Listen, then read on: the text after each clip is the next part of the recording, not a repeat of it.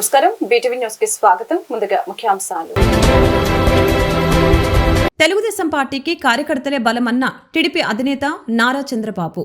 కార్యకర్తల త్యాగాలను మర్చిపోలేమని వ్యాఖ్య. పార్టీ కోసం కష్టపడిన వారికి నామినేటెడ్ పదవులు దక్కుతాయని వెల్లడి. తిరుమల స్వామివారి లడ్డూలో కల్తీ నెయ్యి వ్యవహారంపై ముగిసిన ప్రాయశ్చిత్త కార్యక్రమం. సంప్రోక్షణ చర్యల భాగంగా ఆలయ యాగశాలలో శాంతి హోమం, లడ్డూపోటు విక్రయశాలలో వాస్తు శుద్ధి. దేశవ్యాప్తంగా ప్రకంపనలు సృష్టిస్తున్న శ్రీవారి లడ్డూ ప్రసాదం కల్తీ వ్యవహారం. సీఎం చంద్రబాబు చేసిన ఆరోపణలపై విచారణ కోసం సుప్రీంకోర్టులో పిటిషన్. బీజేపీ సీనియర్ నేత మాజీ ఎంపీ సుబ్రహ్మణ్య స్వామి పిటిషన్ దాఖలు. విజయవాడ ప్రభుత్వ ఆసుపత్రి వద్ద ఉద్రిక్తత. నెలలు నిండకుండానే ఆపరేషన్ చేసి శిశువు మరణానికి కారణమయ్యారని బంధువులు ఆందోళన. ఆసుపత్రి అద్దాలపై బాధిత బంధువులు రాళ్లతో దాడి. తెలుగుదేశం పార్టీకి కార్యకర్తల బలమని, వారి త్యాగాలను మర్చిపోలేమని ముఖ్యమంత్రి చంద్రబాబు నాయుడు తెలిపారు. పార్టీ కోసం కష్టపడితే వారిని నామినేటెడ్ పదవులు దక్కుతాయని చెప్పారు. కూటమిలోని 3 పార్టీల్లో కష్టపడ్డ నేతలకి ప్రాధాన్యమని వెల్లడించారు. తెలుగుదేశం పార్టీకి కార్యకర్తల బలమని, వారి త్యాగాలను మర్చిపోలేమని ముఖ్యమంత్రి చంద్రబాబు తెలిపారు. త్వరలో నామినేటెడ్ పదవుల భర్తీ చేపడతామని తెలిపారు. మంత్రులు, ఎమ్మెల్యేలు, నియోజకవర్గ ఇన్ఛార్జీలు, గ్రామస్థాయి పార్టీ నేతలతో చంద్రబాబు టెలికాన్ఫరెన్స్ నిర్వహించారు. ఇచ్చిన హామీలను అమలు చేస్తున్నామని, అధికారంలోకి వచ్చిన 100 రోజుల్లోనే ఇది మంచి ప్రభుత్వమని ప్రజలు అంటున్నారని, ప్రతి ఇంటికి వెళ్లి ప్రభుత్వం చేస్తున్న మంచిని వివరించాలని నేతలకు సూచించారు. దీపావళి నుంచి ఉచిత గ్యాస్ సిలిండర్ పథకం అమలు చేయనున్నట్లు వెల్లడించారు. తిరుమలలో గోవింద నామస్మరణే వినటానికి తిరుమలలో ఏ ఇతర నినాదాలు వినపడకూడదని ఆదేశాలు ఇచ్చారు. 2029 నాటికి తెలుగుదేశం పార్టీని తిరుగులేని శక్తిగా మారుస్తానని స్పష్టం చేశారు. నామినేటెడ్ పోస్టుల భర్తీకి కసరత్తు చేస్తున్నట్లు, పార్టీ కోసం కష్టపడిన వారికి నామినేటెడ్ పదవులు అని చెప్పుకొచ్చారు. కూటమిలోని 3 పార్టీల్లో కష్టపడ్డ నేతలకి ప్రాధాన్యమని వెల్లడించారు. కార్యకర్తలకి ప్రమాద బీమాను 2 లక్షల నుంచి 5 లక్షలకి పెంచామని, కార్యకర్తలు స్వతహాగా ఎదిగేలా ఎంపవర్మెంట్ చేస్తామని చంద్రబాబు సూచించారు. తిరుమల స్వామివారి లడ్డూలో కల్తీ నెయ్యి వ్యవహారంపై ప్రాయశ్చిత్త కార్యక్రమాలు ముగిశాయి. సంప్రోక్షణ చర్యల భాగంగా ఆలయ యాగశాలలో శాంతి హోమం చేపట్టారు. లడ్డూ పోటు విక్రయశాలలో వాస్తు శుద్ధి చేపట్టారు. తిరుమల లడ్డూ ప్రసాదం అపవిత్రంపై టిటిడి శాంతి హోమం నిర్వహించింది. శ్రీవారి ఆలయంలోని బంగారు బావి వద్ద యాగశాలలో శాంతి యాగం చేపట్టిన టిటిడి 3 హోమగుండాలు ఏర్పాటు చేసి శాస్త్రోక్తంగా హోమాన్ని చేపట్టింది. హోమంలో 8 మంది ఆలయ అర్చకులు, 3 ఆగమ సలహాదారులు పాల్గొన్నారు. ఉదయం 5:40 సాతుమేరు మొదటి గంట తర్వాత 2 గంటలోపు శాంతి హోమం ముగిసింది. వాస్తు హోమం, పాత్ర శుద్ధి, యంత్ర శుద్ధి, స్థల శుద్ధితో పాటు అర్చకులు పంచగవ్య ప్రోక్షణ చేపట్టారు. టిటిడి ఈవో శ్యామలరావు శాంతి హోమంలో పాల్గొని సంకల్పం చేశారు. అదనపు ఈవో వెంకయ్య చౌదరి, ఆలయ అర్చకులు, ఆగమ కమిటీ సభ్యులు శాంతి హోమంలో పాల్గొన్నారు. ఆలయ ప్రధాన అర్చకులు జిఆర్ స్వాముల పర్యవేక్షణలో శాంతి హోమం, వాస్తు హోమం చేసిన అర్చక స్వాములు శ్రీవారి పోటులో ప్రోక్షణ నిర్వహించడం జరిగింది.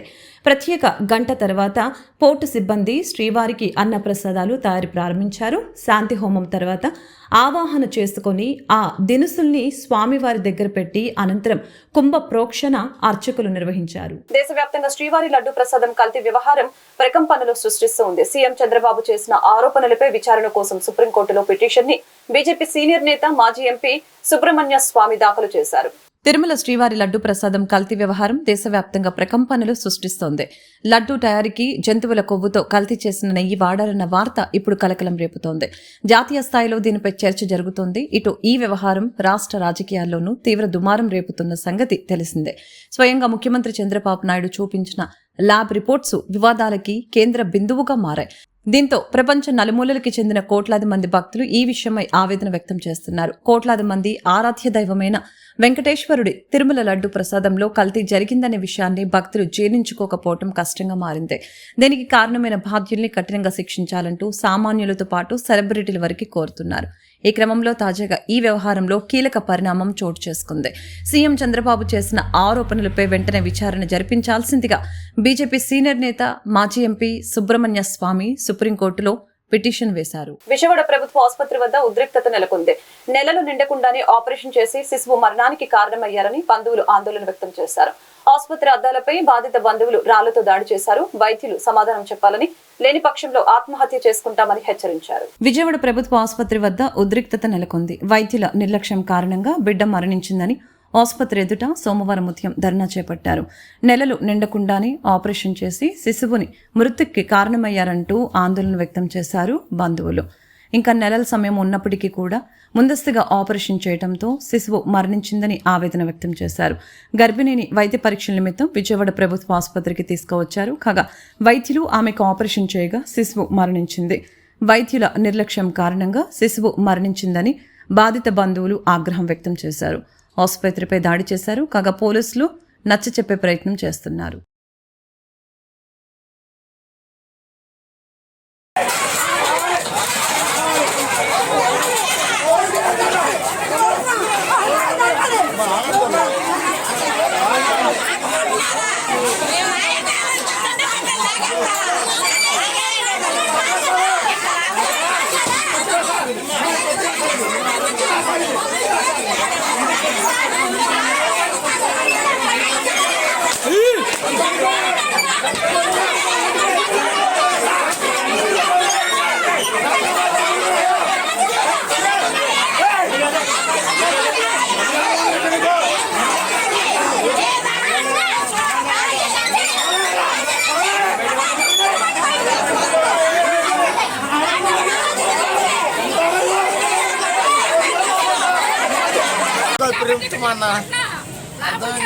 ఎన్ని ప్రభుత్వాల మాటల ఆడవాళ్ళకి న్యాయం జరగట్లా. జగన్ ప్రభుత్వంలో ఇలాగే ఉంది. చంద్రబాబు గారి ప్రభుత్వం కూడా ఇలాగే నడుస్తుంది. బాబు చంద్రబాబు గారు ఎక్కడున్నారండి? పవన్ కళ్యాణ్ గారు నేనున్నా, జనసేన నేనున్నా, ఆడదానికి న్యాయం, ఆడపిల్లకి న్యాయం. పుట్టిన పిల్లని చంపేశారండి, పుట్టిన పిల్లని చంపేశారు సార్. మీరు రావాలి. పసిగుడ్డని చంపేశారు.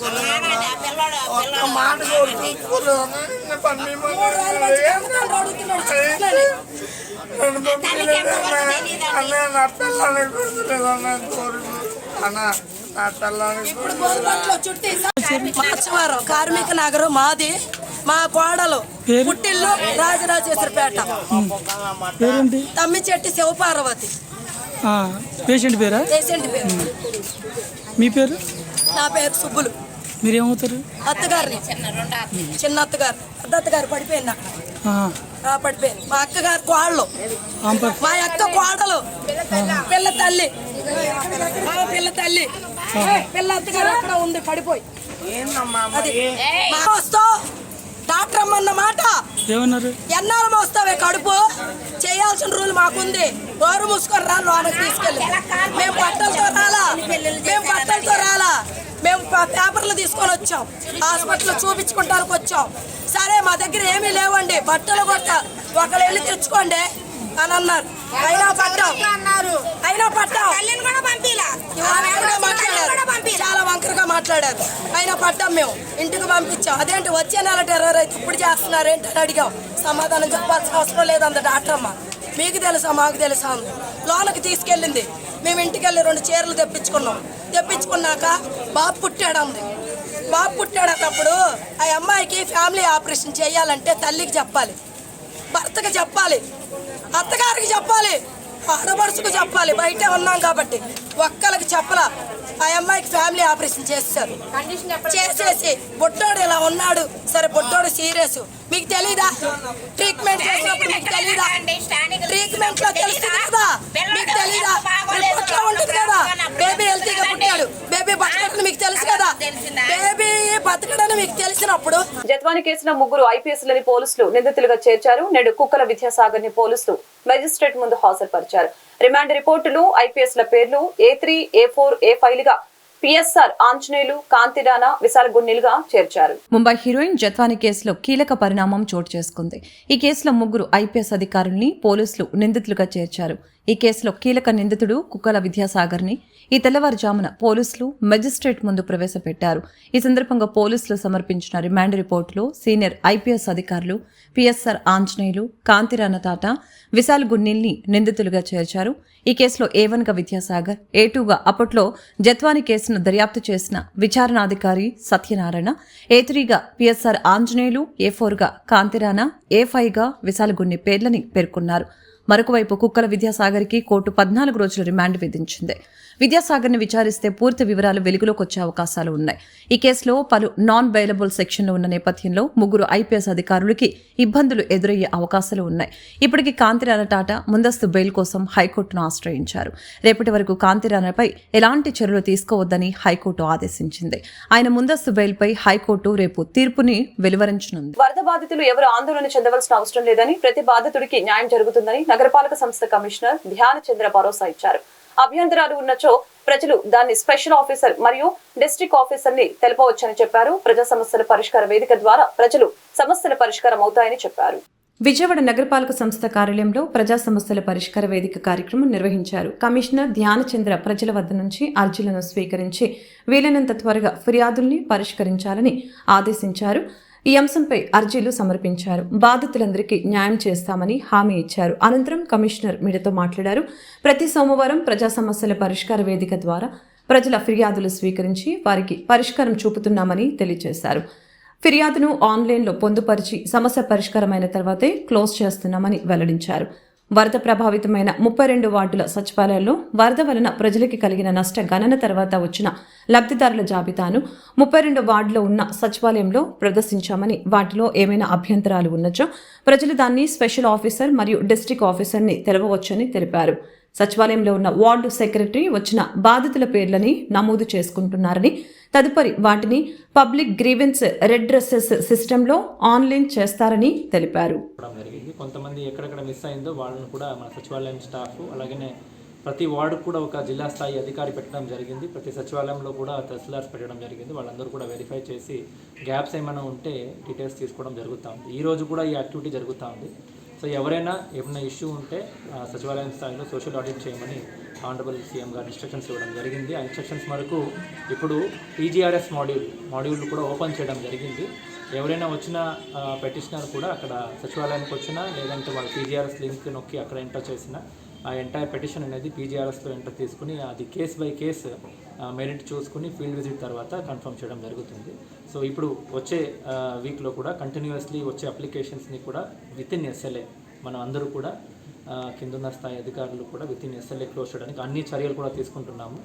So I request all citizens of Vijayawada to just follow up PGRS system, apply your issues, and we are working to our best ability to solve the issues within the time available. Thank you. అలాగే నేను విడుదల చేసిన లిస్టులో కొంతమంది బాధితులు పేర్లు లేవని కొంతమంది ఆవేదన వ్యక్తం చేస్తారు.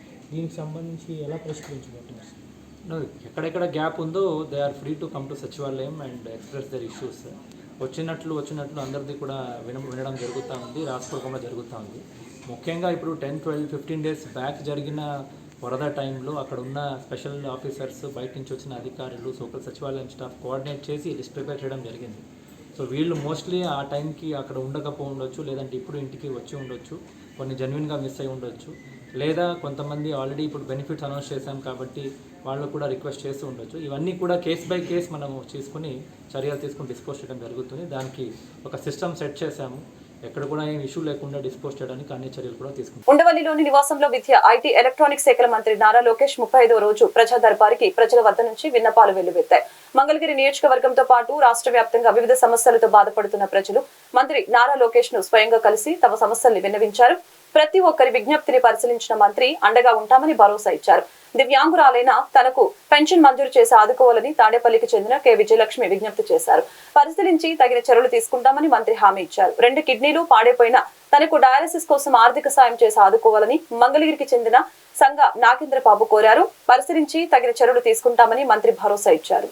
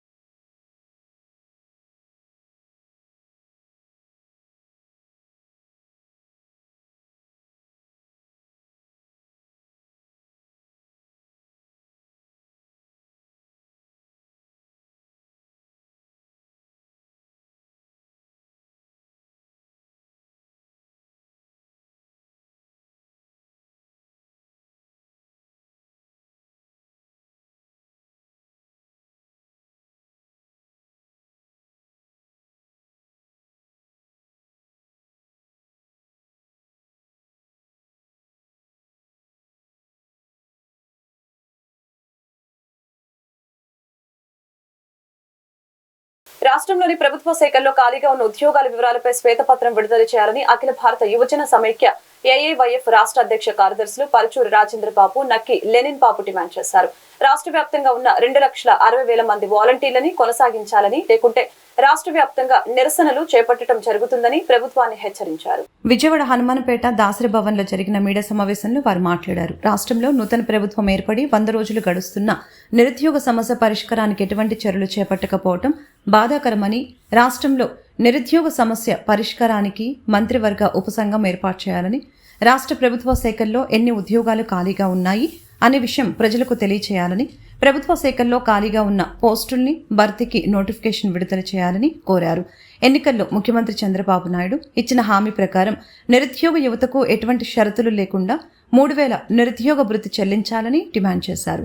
విశాఖకు పరిశ్రమ పరిరక్షణ కోసం అక్టోబర్ 1న రాష్ట్ర వ్యాప్తంగా విద్యార్థి యువజన సంఘాల నిరసన దీక్షలు చేపట్టడం జరుగుతుందని తెలిపారు.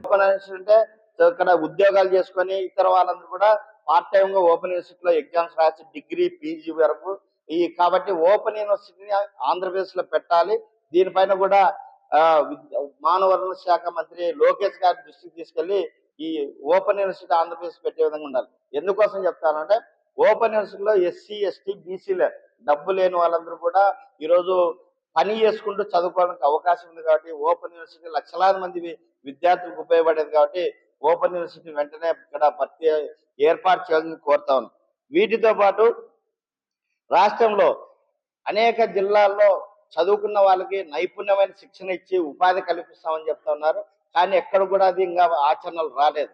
కాబట్టి నైపుణ్యమైన శిక్షణ, వాళ్ళకి స్కిల్ డెవలప్మెంట్ నేర్పించి ఇతర ప్రైవేట్ కంపెనీలు ఇస్తారా, ప్రభుత్వ ఉద్యోగాలు ఇస్తారా, ప్రభుత్వం నిర్ణయించాలి. ఉపాధి అవకాశాలు, ఉద్యోగాల కల్పన కోసం ప్రత్యేకంగా చర్య తీసుకొని ఈరోజు చాలా అంశాలపైన మంత్రివర్గ ఉపసంఘం, అసలు మద్యం పాలసీ పైన ఒక ఉపసంఘం వేశారు. కానీ నిరుద్యోగ సమస్య, ఉపాధి అవకాశాల పైన కూడా ఒక మంత్రివర్గ ఉపసంఘం ఏర్పాటు చేసి ఈ సమస్య పరిష్కారం కోసం ఒక నిర్దిష్టమైన ప్రణాళిక రూపొందించాల్సిందిగా రాష్ట్ర ప్రభుత్వాన్ని కోరుతా ఉన్నాం. అందుకోసమే విశాఖ ఉక్కు ఫ్యాక్టరీ పరిరక్షణ కావాలి, కడపలో ఉక్కు ఫ్యాక్టరీ కావాలి. ఉత్తరాంధ్ర ఏఐవైఎఫ్ రాష్ట్ర అధ్యక్షులు, రాష్ట్ర వ్యాప్తంగా ఉన్నటువంటి 2,60,000 మంది వాలంటీర్లని ఉద్యోగాల్లో కొనసాగించాలని అఖిల భారత యువజన సమైక్య ఏఐవైఎఫ్గా మేము డిమాండ్ చేస్తూ ఉన్నాం. రేపు 26వ తారీఖు నుండి అక్టోబర్ 2వ తారీఖు వరకు ఆంధ్రప్రదేశ్ వాలంటీర్స్ అసోసియేషన్ చేపట్టినటువంటి ఆందోళన కార్యక్రమాలకి, నిరసనలకి అఖిల భారత యువజన సమైక్య ఏఐవైఎఫ్ నాయకత్వం పూర్తిగా మద్దతు తెలుపుతూ అన్ని జిల్లాల్లో కూడా వాలంటీర్స్తో కలిపి ఆందోళన కార్యక్రమాల్లో పాల్గొనబోతా ఉన్నాం. ఈ సందర్భంగా మేము రాష్ట్ర ప్రభుత్వాన్ని ఒకటే కోరుతా ఉన్నాం. ఎన్నికల సమయంలో మీరు ఇచ్చినటువంటి హామీ ప్రకారం 2,60,000 మంది వాలంటీర్లను కొనసాగించడంతో పాటుగా వాళ్ళకి ఇస్తామన్నటువంటి గౌరవ వేతనం 10,000 రూపాయలు గౌరవ వేతనం ఇవ్వాలి. 3 నెలలుగా బకాయిగా ఉన్నటువంటి గౌరవ వేతనాలు కూడా తక్షణమే చెల్లించాలని చెప్పేసి కోరుతా ఉన్నాం. ఎన్నికల సమయంలో రాజకీయ ఒత్తిళ్ల కారణంగా రాజీనామా చేసినటువంటి వాలంటీర్లను కూడా కన్సిడర్ చేసి వాళ్ళను కూడా విధుల్లోకి తీసుకోవాలని చెప్పేసి అఖిల భారత యువజన సమైక్య ఏఐవైఎఫ్గా మేము కోరుతా ఉన్నాం. అదేవిధంగా ఆంధ్రప్రదేశ్ రాష్ట్రం మత్తు పదార్థాలకి కేర్ ఆఫ్ అడ్రస్గా మారినటువంటి నేపథ్యంలో ఆంధ్రప్రదేశ్ రాష్ట్ర మంత్రివర్గం ఒక ఉపసంఘాన్ని ఏర్పాటు చేసి రాష్ట్ర వ్యాప్తంగా మత్తు పదార్థాలకు వ్యతిరేకంగా ఒక ప్రత్యేకమైనటువంటి ప్రచార కార్యక్రమాన్ని చేసి ఈ రాష్ట్రంలో ఉన్నటువంటి యువతను మేల్కొల్పేటటువంటి పద్ధతుల్లో కృషి చేయాలని. కృష్ణా నది జలాల పరిరక్షణకే ప్రభుత్వం దృష్టి పెట్టకపోవడం దురదృష్టకరమని రిపబ్లికన్ పార్టీ ఆఫ్ ఇండియా అదవాలే జాతీయ కార్యదర్శి పేరం శివనాగేశ్వర గౌడ్ విచారం వ్యక్తం చేశారు. పెరుగుతున్న జనాభాకి తగిన విధంగా నదీ జలాలు నిల్వ చేసుకోవాల్సిన అవసరం ఉందని తెలిపారు. ఈ విషయమై సోమవారం గాంధీనగర్ ప్రెస్ క్లబ్ లో నిర్వహించిన మీడియా సమావేశంలో ఆయన మాట్లాడుతూ ప్రభుత్వాలు మారినా సమస్యలు తీరటం లేదని చెప్పారు. నగరాన్ని ఒక పక్క బుడమేరు ముంపునికి గురి చేస్తుంటే దాన్ని కట్టడి చేసేందుకు చర్యలు లేవని అన్నారు. కృష్ణానది జలాలను మరింత వినియోగించుకునే విధంగా చర్యలు తీసుకోవాల్సిన అవసరం ఉందని, అమరావతి రాజధాని నేపథ్యంలో పెరుగుతున్న జనాభాకి తగ్గట్లుగా నీటి వినియోగం పెరుగుతుందని, అందుకు తగ్గట్లుగా స్టోరేజ్ కోసం చర్యలు తీసుకోవాల్సిన అవసరం ఉందని చెప్పారు. అనేక మార్లు కేంద్ర రాష్ట్ర ప్రభుత్వాలకి విన్నవించినట్లు కూడా తెలిపారు. అయినా ప్రభుత్వాలు స్పందించలేదని అన్నారు. ఇందుకోసం అక్టోబర్ 3న రిలే నిరాహార దీక్షలు చేస్తున్నట్లు ఆయన తెలిపారు. జిల్లా ఉన్నటువంటి పశ్చిమ గోదావరి జిల్లా కూడా మనం నీరు ఇవ్వచ్చు. ఎప్పుడైతే నీరు ఉందంటే మరి దానికి అనేకమైనటువంటి సస్యశ్యామల మార్గాలు ఉన్నాయి. మరి తమిళనాడు ప్రభుత్వం కూడా ఈ ప్రాజెక్టులకి మేము లెటర్ పెడితే వాళ్ళు స్పందించి దాన్ని కాస్ట్ ఆఫ్ లివింగ్ ఎంత ఉందో మేము కూడా భాగస్వామి అవుతామని చెప్పి తెలియజేయడం జరిగింది. అందువల్ల ఈ యొక్క రాష్ట్ర ప్రభుత్వం స్పందించి దీనిపై ఏకగ్రీవ తీర్మానం చేయాలని చెప్పి ఇప్పుడున్నటువంటి గౌరవ ముఖ్యమంత్రి శ్రీ నారా చంద్రబాబు నాయుడు గారు అట్లాగే వారి మంత్రివర్గాన్ని కూడా ఆ యొక్క చిన్న విన్నపం, మేము ధర్నాలు ఇవన్నీ చేయడానికి కారణం ప్రజల కోసం తప్ప మా కోసం కాదు అని చెప్పి మీకు విన్నవిస్తున్నా. మీరు ఈ వయసులో కూడా చాలా కష్టపడుతున్నారు, చాలా సంతోషం. భగవంతుడు మీకు నిండు ఆయుష్నిచ్చి మరి ఆంధ్ర రాష్ట్ర ప్రజలు కాపాడాలని మేము కోరుకుంటున్నాం. అందులో భాగంగా ఈ యొక్క నీటి వాటర్ ప్రాజెక్టులు నిర్మాణం చేయాలని చెప్పి ప్రత్యేకంగా కోరుకుంటున్నాం. అదేవిధంగా మరి ఈ రోజున చూసుకుంటే మరి భగవంతుడు శ్రీ వెంకటేశ్వర స్వామి మరి లడ్డూలో మరి గత ప్రభుత్వం ఏం చేసిందో మరి మనకైతే తెలియదు. మరి నిజాలు తెలియాల్సి ఉంది కాబట్టి మరి సిబిఐ ఎంక్వైరీ చేసి దానిపై కఠిన నిర్ణయాలు తీసుకోవాలని చెప్పి మేము రాష్ట్ర ప్రభుత్వాన్ని కేంద్ర ప్రభుత్వాన్ని కోరుతున్నాం. ఎందుకంటే మనం రాష్ట్రంలో అధికారంలో ఉన్నాం కాబట్టి మీరు సిబిఐ ఎంక్వైరీ చేసి ఎవరైతే దోషులు ఉన్నారో వాళ్ళని కఠినంగా శిక్షించాలని చెప్పి నేను ఈ యొక్క ప్రజావేదిక ఈ యొక్క ప్రెస్ క్లబ్ ద్వారా మీడియా ద్వారా తెలియజేస్తున్నాం. మరి ఇంకా అనేక సమస్యలు ఉన్నప్పటికీ కూడా మనకు ముఖ్యంగా కావాల్సిన నీరు కాబట్టి నీటిపై మనందరం కలిసి పోరాటం చేస్తామని తెలియజేస్తూ నాకు యొక్క అవకాశం ఇచ్చిన మీరందరూ కూడా పేరు ధన్యవాదాలు తెలియజేస్తూ రేపు అక్టోబర్ 3న మీరందరూ కూడా అక్కడే మీ అందరూ కూడా అన్ని సకల సౌకర్యాలు. పశ్చిమ మధ్య బంగాళాఖాతం పరిసర ప్రాంతాల్లో నేడు అల్పపీడనం ఏర్పడే అవకాశం ఉందని అమరావతి వాతావరణ కేంద్రం ముఖ్య అధికారి స్టెల్లా తెలిపారు. దీని ప్రభావంతో రాబోయే 3 రోజుల్లో రాష్ట్రంలోని కొన్ని ప్రాంతాల్లో ఓ మోస్తారు నుంచి భారీ వర్షాలు కురిసే అవకాశం ఉందని తెలిపారు. పశ్చిమ మధ్య బంగాళాఖాతం పరిసర ప్రాంతాల్లో నేడు అల్పపీడనం ఏర్పడే అవకాశం ఉందని అమరావతి వాతావరణ కేంద్రం ముఖ్య అధికారి స్టెల్లా తెలిపారు. దీని ప్రభావంతో రాబోయే 3 రోజుల్లో రాష్ట్రంలోని కొన్ని ప్రాంతాల్లో ఓ మోస్తారు నుంచి భారీ వర్షాలు కురిసే అవకాశం ఉందని చెప్పారు. పార్వతీపురం, మన్యం, అల్లూరి సీతారామరాజు, ఏలూరు, కృష్ణ, ఎన్టీఆర్, గుంటూరు, బాపట్ల, పల్నాడు, ప్రకాశం, కర్నూలు, నంద్యాల, అనంతపురం, శ్రీ సత్యసాయి జిల్లాలో అక్కడక్కడ ఓ మోస్తారు నుంచి భారీ వర్షాలకి అవకాశం ఉందని పేర్కొన్నారు. మిగిలిన ప్రాంతాల్లో తేలికపాటి నుంచి ఓ మోస్తారు వానలు పడవచ్చని అన్నారు. వార్తలు ముగించే ముందు ముఖ్యాంశాలు మరొకసారి. తెలుగుదేశం పార్టీకి కార్యకర్తలే బలమన్న టీడీపీ అధినేత నారా చంద్రబాబు. కార్యకర్తల త్యాగాలను మర్చిపోలేమని వ్యాఖ్య. పార్టీ కోసం కష్టపడిన వారికే నామినేటెడ్ పదవులు దక్కుతాయని వెల్లడి. తిరుమల స్వామివారి లడ్డూలో కల్తీ నెయ్యి వ్యవహారంపై ముగిసిన ప్రాయశ్చిత్త కార్యక్రమం.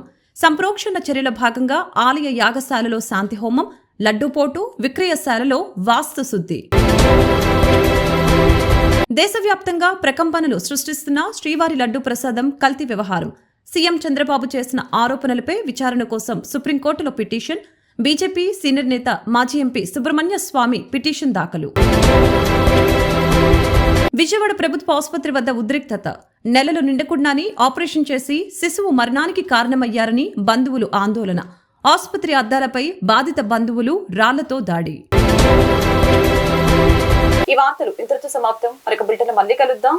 నమస్కారం.